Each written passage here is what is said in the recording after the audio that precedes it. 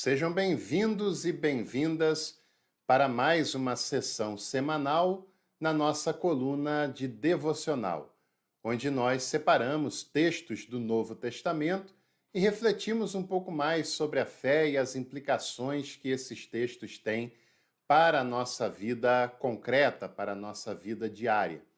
E hoje nós temos um texto muito importante que é a história de Zaqueu.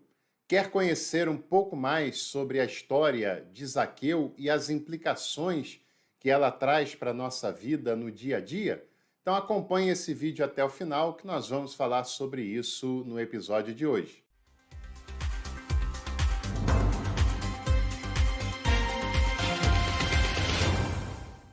Aproveito também para convidar você a estudar teologia com a gente, com corpo docente qualificado, uma linguagem acessível e um material de apoio para você acompanhar. Você pode tornar os seus estudos ainda mais enriquecedores.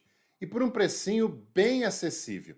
Clica ali em Seja Membro e conheça os nossos planos e participe conosco que você vai ser muito bem-vindo, muito bem-vinda por aqui. Eu vou ler com vocês um texto que se encontra no Evangelho de Lucas, no capítulo 19, do versículo 1 ao versículo 10. Tendo entrado em Jericó, Jesus a atravessava. Um homem chamado Zaqueu, chefe dos coletores de impostos e muito rico, procurava ver quem era Jesus, mas não podia por causa da multidão, pois era um homem de pequena estatura. Então ele correu à frente e subiu em um sicômoro para vê-lo, pois devia passar por ali. Quando Jesus chegou ao lugar, olhou para cima e lhe disse: Zaqueu, desce depressa, pois hoje preciso ficar em tua casa. Ele desceu depressa e o acolheu com alegria. Quando todos viram isso, começaram a murmurar. Ele entrou para hospedar-se na casa de um pecador. Zaqueu, de pé, disse ao Senhor: Senhor, dou a metade de meus bens aos pobres, e se eu tenho defraudado alguém, lhe restituo 4 vezes mais. Jesus lhe disse: Hoje a salvação chegou a esta casa, visto que também este é um filho de Abraão. Com efeito, o Filho do Homem veio buscar e salvar o que estava perdido. Essa é uma história mais interessante do que uma primeira leitura pode nos parecer. Embora, mesmo lendo numa única vez, nós já percebemos que ela tem detalhes que são muito inspiradores e significativos. É uma passagem que nós só encontramos no Evangelho de Lucas. Dificilmente Mateus contaria essa história, até porque Mateus não traçava bem esse tipo de comportamento. Mateus também tinha as suas problemáticas, né? E certamente o Mateus, com a história que tinha esse personagem, certamente não abordaria o caso relacionado a Zaqueu, até porque ele parecia bastante familiar, né? E naquela cultura entre os judeus, não havia uma mulher que fosse mais pecadora do que uma prostituta. E essa ideia que nós temos hoje de que todos são pecadores no mesmo nível, é uma percepção tanto quanto limitada e também uma leitura especificamente cristã. Porque para aquele povo e para aquela cultura religiosa judaica, nem todos eram pecadores e havia sim graduação entre esses pecadores. E a pior das pecadoras entre as mulheres era uma prostituta, e o pior dentre os pecadores do sexo masculino era um publicano, um cobrador de impostos. E por que isso? Porque um cobrador de impostos era uma pessoa frequentemente desonesta, uma pessoa que superfaturava os impostos que cobrava para Roma. Roma cobrava, por exemplo, R$ 100 e o publicano geralmente cobrava R$ 400. Se já era caro para as pessoas pobres pagarem 100, que dirá pagar 400? Só que a elas não cabia nenhum tipo de recurso. e soma-se a esse imposto de Roma todos os outros impostos que circulavam na própria Palestina, inclusive o imposto relacionado ao templo, o imposto relacionado à religião, que oprimia essa população de tal maneira que mal sobrava para que eles sobrevivessem. A grande maioria vivia quase que na mendicância ou numa vida muito empobrecida. E empobrecida em muito graças ao trabalho dos cobradores de impostos que superfaturavam, que exploravam, que traíam a sua gente em nome de um império opressor e invasor e construía a sua fortuna pessoal, o que produzia uma grande desigualdade, porque num local em que quase ninguém tinha condições, os cobradores de impostos tinham uma fortuna bastante considerável, como é o caso de Zaqueu, que logo no primeiro, no segundo versículo do texto, diz que ele era um homem muito rico. E essa riqueza, com certeza, não foi acumulada graças ao seu trabalho honesto e dedicado. Foi acumulado graças ao superfaturamento, à exploração, ao desvio de recursos que fez com que ele tivesse tudo o que ele tinha. Em qualquer momento, em qualquer ambiente em que você tem uma pessoa ultramilionária, bilionária, ou uma pessoa que destoa totalmente da realidade daquele local, nem sempre a gente pode falar que essa pessoa conquistou tudo isso apenas com trabalho, né? Muitas pessoas conquistaram com herança, muitas pessoas já encontraram um ambiente muito favorável, muitas pessoas tiveram todo o incentivo e toda a base que precisavam para desenvolver a sua vida e o seu trabalho, enquanto que várias outras pessoas nem puderam escolher a profissão, tinham que trabalhar no que aparecesse para sobreviver mesmo. Outras pessoas tinham que dividir o seu tempo e a sua prioridade entre a sobrevivência, entre escapar da violência, entre escapar da maldade, entre pagar as contas e tentar ser alguém na vida. É claro que não é, nunca foi, uma disputa apenas meritocrática. É claro que o dia, embora tenha no relógio 24 horas para todo mundo, mas essas 24 horas não são as mesmas para todo mundo. Porque enquanto que alguns podem chegar no seu trabalho com um carro luxuoso, que faz o trajeto em poucos minutos, outros têm que se degladiar no transporte público, levando 2 horas ou mais para fazer talvez o mesmo trajeto que aquela pessoa. É claro que não são as mesmas condições. E é claro que a condição que levou Zaqueu a ser um homem rico não era uma condição que qualquer outra pessoa, simplesmente trabalhando e se dedicando, alcançaria também. Nós temos aqui um claro caso de injustiça que está acontecendo. Mas esse Zaqueu conservava lá dentro do seu coração algum traço de humanidade, algum traço de sensibilidade, embora estivesse muito escondido no meio dos escombros que o seu coração havia acumulado ao longo do tempo. O Zaqueu fica sabendo que Jesus passaria perto da sua casa, perto da sua residência, e Zaqueu se esforça, nesse caso sim, para ver Jesus. E ele tenta alguma estratégia, porque no meio da multidão ele era apenas mais um. Ele não era uma pessoa de destaque, o seu dinheiro não lhe dava nenhum tipo de privilégio nesse caso. E é interessante que quando uma pessoa que tem privilégios de poder, de posição, de dinheiro, se vê no momento em que ela é só mais uma pessoa, ela se sente profundamente desconfortável e profundamente inquieta. E Zaqueu estava inquieto para ver Jesus. E ele percebe que em condições normais ele tinha até desfavorecimento em relação às outras pessoas, que o seu destaque era o acúmulo gerado de modo indevido. Ele percebe-se menor do que as outras pessoas, de baixa estatura, e ele tem que subir numa árvore. e ele sobe na árvore não para chamar a atenção de Jesus, não. Ele fica quietinho lá. Ele sobe na árvore porque ele quer ver Jesus passar. Acho que essa é uma lição interessante do Zaqueu, que nós desejemos na nossa vida ver Jesus passar no dia a dia. Não apenas nos grandes acontecimentos, nos grandes espetáculos ou nas grandes celebrações, mas a vida é um lugar onde Jesus passa.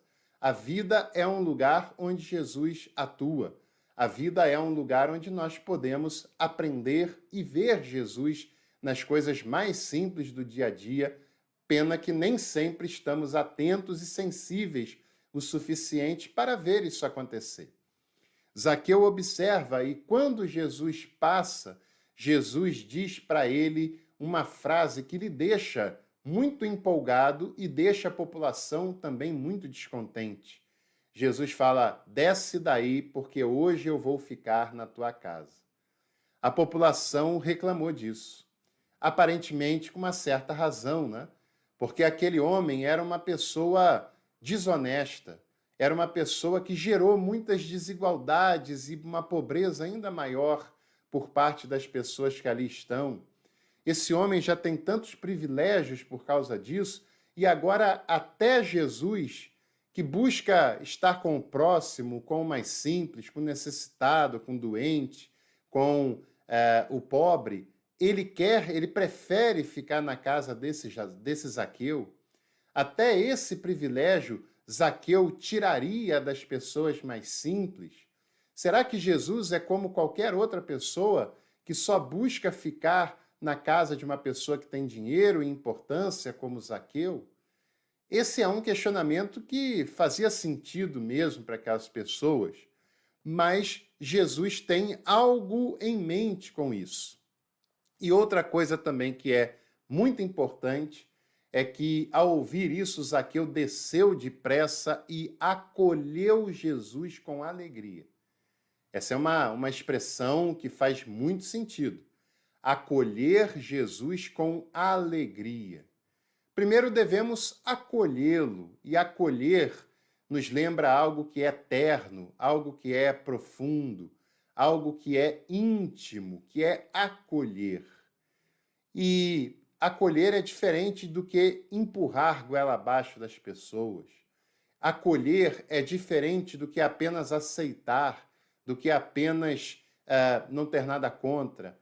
Acolher é guardar com carinho, é guardar com coração, é guardar com amor, abraçar com intensidade. E ele acolheu Jesus com alegria. Foi um prazer para ele receber Jesus. E ele acolhe, ele abraça, ele envolve Jesus com alegria. E talvez fazia muito tempo que Zaqueu não sentia um sentimento tão sincero e tão efusivo como esse, né? E diante daquele cenário, Jesus vai para sua casa, eles lá ficam, provavelmente comeram alguma coisa, beberam alguma coisa, conversaram sobre outras coisas, e chega um determinado momento que Zaqueu toma uma iniciativa. No versículo 8, diz o texto que ele de pé disse: Senhor, dou a metade de meus bens aos pobres, e se eu tenho defraudado alguém, restituirei 4 vezes mais. Veja, Zaqueu caiu em si, sem que Jesus tivesse feito nada de diferente, sem que Jesus tivesse feito nenhuma pregação religiosa, sem que Jesus tivesse feito nenhuma oração de libertação, de quebra de não sei o quê, de maldição, sem que Jesus tivesse levantado o tom da voz, apenas no relacionamento que ali se estabeleceu, apenas na abertura, apenas no tratamento, no diálogo, no tratar como uma pessoa como outra qualquer.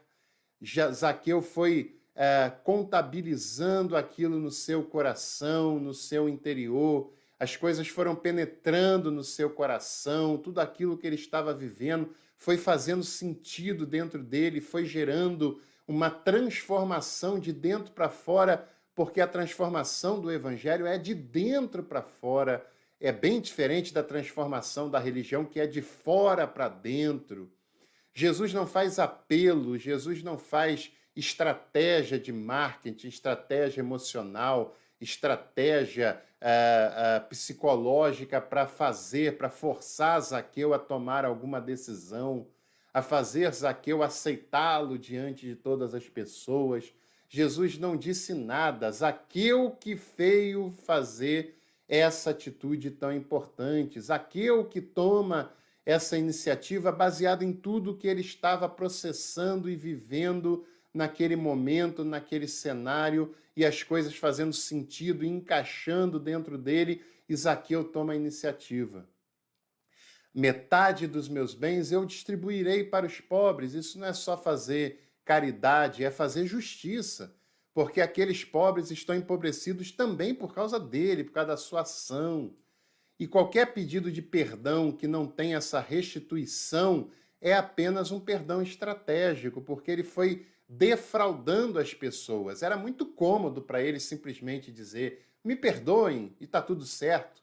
Não, mas não está tudo certo. Ele pode ter se arrependido, pode pedir perdão, mas as pessoas estão empobrecidas pelo que ele fez e ele precisa restituir isso. E ele dá a metade que ele tem, devolve o que ele tomou indevidamente das pessoas. E aí é quando Jesus aparece e diz: hoje a salvação entrou nesta casa. Zaqueu não se tornou um religioso, embora fosse descendente de Abraão. Zaqueu não se tornou uma pessoa influente no sentido religioso. Zaqueu não se tornou um fervoroso. Zaqueu percebeu a injustiça que ele fazia e percebeu que para se converter era preciso desfazer essa injustiça que era praticada. Que a conversão a Jesus nos leva a olhar para o outro com sensibilidade, nos leva a se arrepender das injustiças que cometemos na nossa vida, que nos leva a restituir o mal que causamos na vida das outras pessoas que foram lesadas, que foram vitimadas por conta da ganância, por conta do egoísmo. E o Zaqueu percebe isso e Jesus diz: hoje, apenas hoje, quando ele tem isso, quando ele tem essa atitude, quando isso processa dentro dele, a salvação entrou nessa casa. Isso é muito inspirador o que Jesus está nos dizendo, né? E mais do que pedir perdão, se é o seu caso, você deve restituir o mal causado às outras pessoas. Você deve parar de cometer a injustiça. Você deve não ser mais uma pessoa que produz a maldade, a desigualdade, o empobrecimento, seja financeiro, seja psicológico, seja espiritual nas outras pessoas. É o patrão que percebe que paga menos do que o justo e passa a pagar o que é o justo. É a pessoa que percebe-se abusadora em algum sentido psicológico, mental, nas suas relações de amizade e percebe que deve estabelecer com as pessoas um relacionamento sadio. São as pessoas que só pensam em si e acham que o mundo gira ao seu redor, que passa a perceber a outra pessoa enquanto outra pessoa, que ali tem uma outra pessoa que é diferente dela e que deve ser tratada também com humanidade, com dignidade. Esse é o processo de transformação que Jesus e o Evangelho faz na pessoa. E que, infelizmente, isso tem sido substituído cada vez mais por uma transformação meramente religiosa. De quem não ia, passa a ir na igreja. De quem não falava nada, passa a se envolver com isso. De quem foi instado a levantar a mão diante do público, mas o interior continua, no máximo, apenas se emocionando. E a transformação de Jesus não gera uma mera emoção, gera transformação. E isso nós precisamos ter com muita consciência dentro de nós. Se você gostou da nossa reflexão, não se esqueça de curtir, de se inscrever aqui no canal. Aproveite também para compartilhar com os seus contatos e em breve nós voltamos com mais conteúdos por aqui, desejando a você e a sua família uma semana de paz, uma semana de tranquilidade, de muita alegria e também de transformações. Um abraço e até o próximo.